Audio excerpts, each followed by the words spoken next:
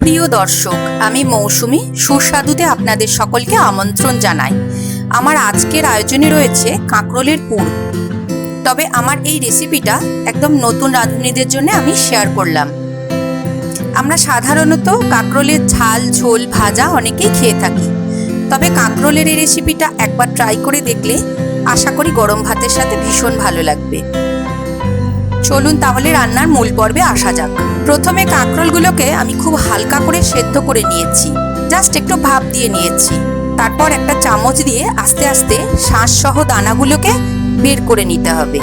এই শাঁস আর দানাটাকে আমি মিক্সিতে ভালো করে বেটে একটা পেস্ট তৈরি করে নিয়েছি পুর বানাবো বলে।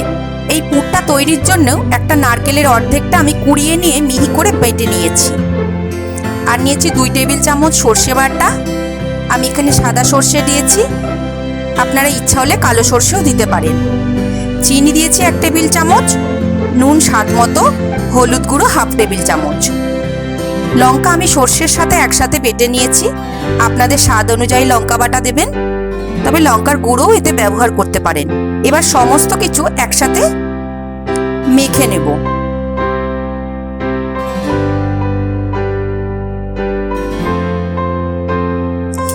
এরপর একটা প্যানে 4 টেবিল চামচের মতো তেল গরম করে তাতে পুরটা দিয়ে নেড়ে নেড়ে ভালো করে ভেজে নিতে হবে।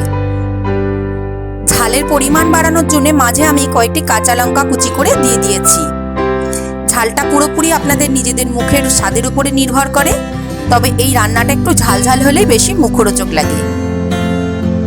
মিনিট 5 নাড়াচাড়ার পর দেখা যাবে এর জল জল ভাবটা শুকিয়ে একটা দলা ভাব চলে এসেছে। আপনারা লক্ষ্য করলে দেখতে পারবেন। এবার পুরটা তৈরি হয়ে গেছে। এবার এটাকে একটা পাত্রে ঢেলে ঠান্ডা হতে দেবো কিছু সময়ের জন্য।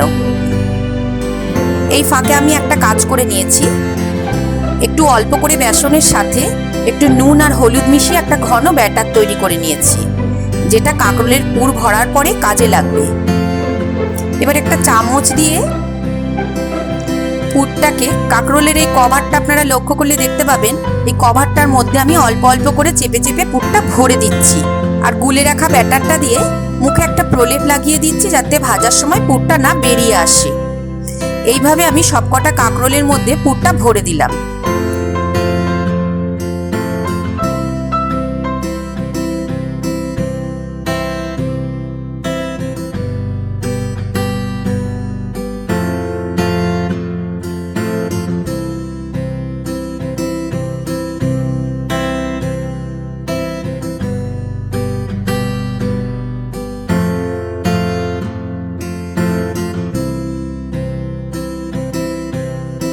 আবারও একটা কড়াইতে 1 কাপ মতো তেল গরম করে কাঁকরোলগুলোকে বেশ লাল লাল করে ভেজে নিতে হবে।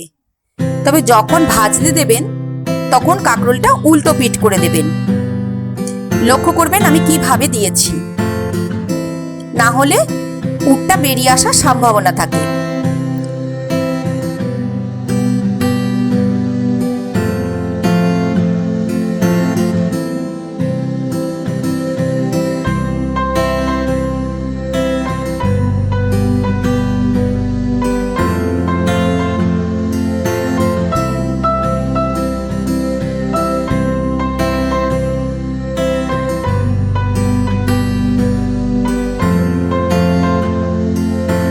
কাঁকরোলগুলো আমার লাল লাল করে ভাজা হয়ে গেছে।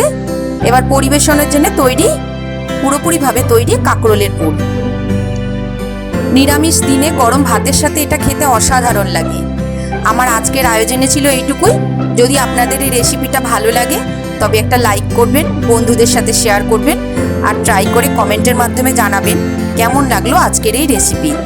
যারা এখনো আমার চ্যানেলটিকে সাবস্ক্রাইব করেননি প্লিজ সাবস্ক্রাইব করবেন। তাহলে আজকের মতো বিদায় নিচ্ছি।